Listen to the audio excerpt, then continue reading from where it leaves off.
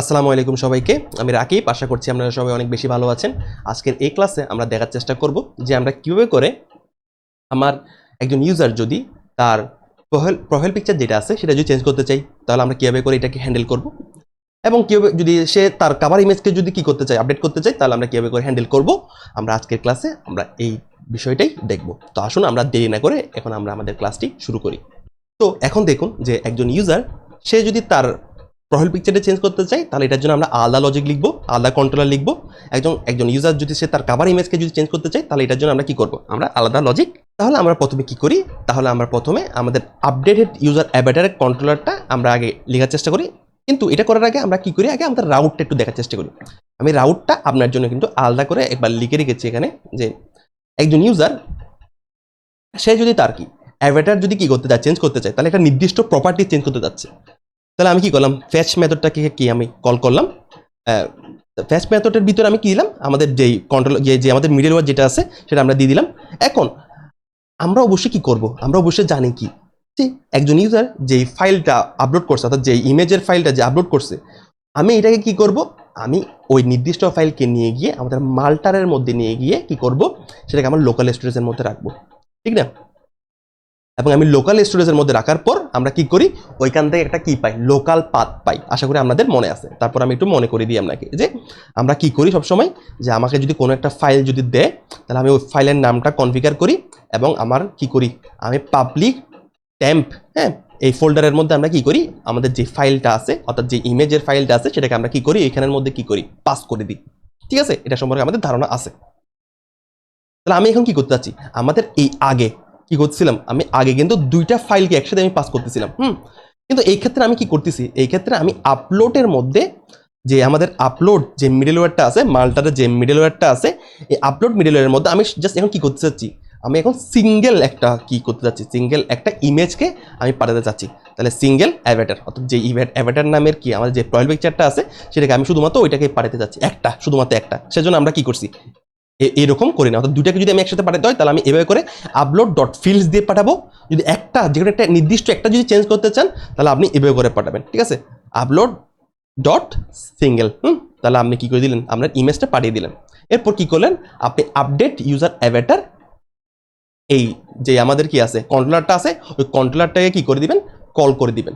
তাহলে আমাদের যে আপডেট ইউজার অ্যাভাটার যে কন্ট্রোলারটা আছে, তাহলে আমরা কি করলাম, আপডেট ইউজার অ্যাভাটার কন্ট্রোলারটা লিখলাম এবং আপডেট ইউজার কভার ইমেজটাও কি করলাম, লিখলাম। কারণ আমি এই দুইটার জন্য আস্তে আস্তে করে কি করি, আমাদের এই কন্ট্রোলারটা একটু লেখার চেষ্টা করি। তাহলে আমি কি করব, যেহেতু মাল্টার থেকে আপনাকে কি করছে, মাল্টার থেকে অবশ্যই আপনাকে ওই লোকাল পাথটা কিন্তু দিয়ে দিছে, তাহলে আমাদের অবশ্যই কি করতে হবে, ওই লোকাল পাথ যেটা আছে লোকাল পাথটাকে আমার অ্যাক্সেস করতে হবে। তাহলে আমরা কীভাবে অ্যাক্সেস করবো, এটার জন্য ওয়ে হচ্ছে কি, যে কনস্ট্যান্ট আপনি অ্যাভাটার লোকাল পাথ নিলেন, একটা কনস্ট্যান্ট ভ্যালু নিলেন, এবং এটার মধ্যে আপনি কি করবেন, আপনি যে রিকোয়েস্টের মধ্যে মাল্টার যেহেতু আপনাকে কি করে দিয়েছে, আপনাকে ওই অ্যাভাটার যেটা সেটা যে লোকাল পাথের মধ্যে আছে ওই লোকাল পাথটা আপনাকে কি দিয়ে দিবে। তাহলে আপনি কি করবেন, ফাইল, এবং ফাইলের মধ্যে কি আছে, আপনার পাথটা আছে, ওই লোকাল পাথটা আছে, ঠিক আছে। ওকে, তাহলে এতটুকু পর্যন্ত আমাদের গেল।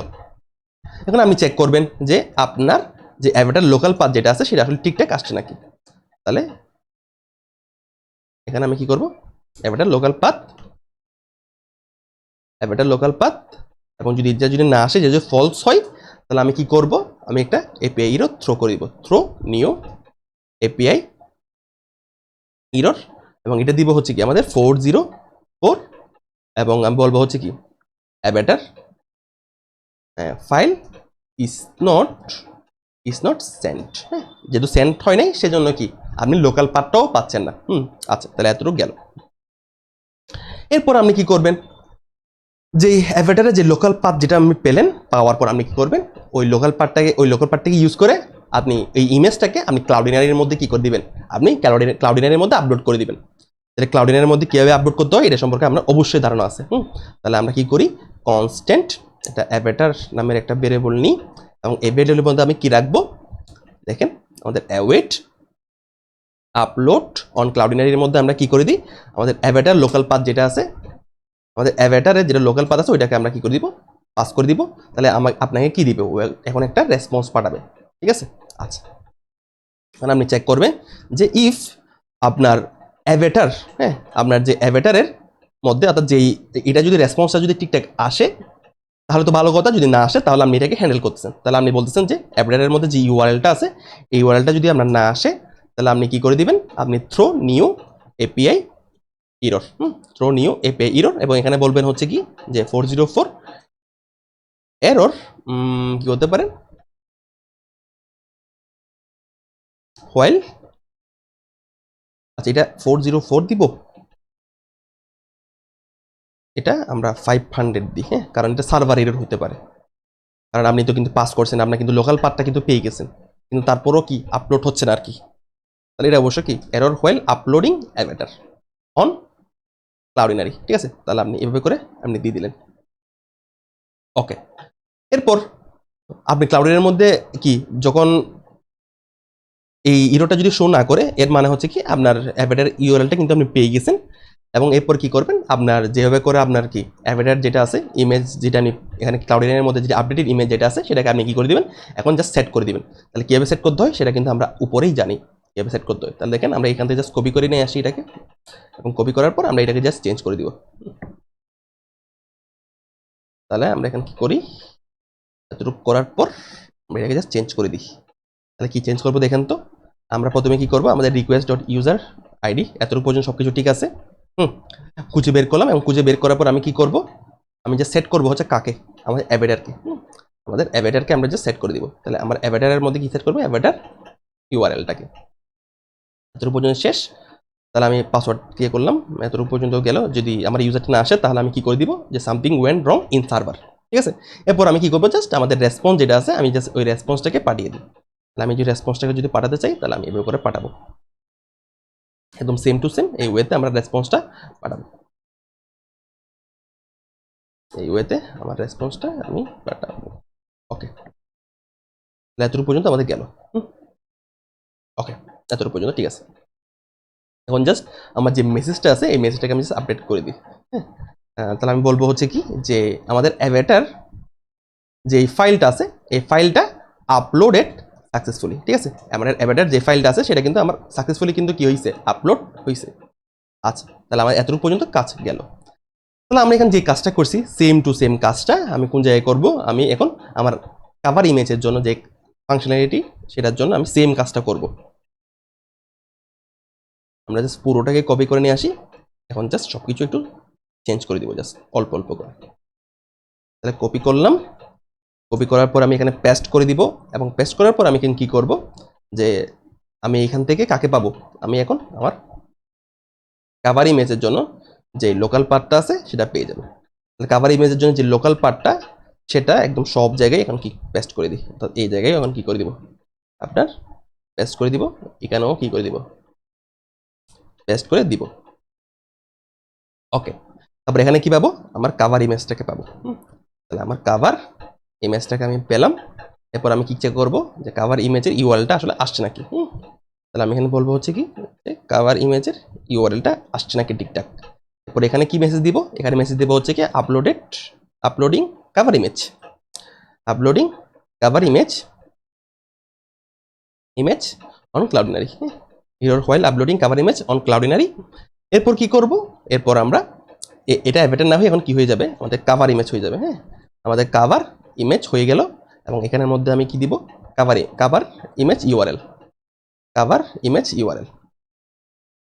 তারপর এখানে এতটুকু গেল, আমি এখানে লিখবো হচ্ছে cover image file uploaded successfully, আমি লিখবো হচ্ছে cover image file uploaded successfully.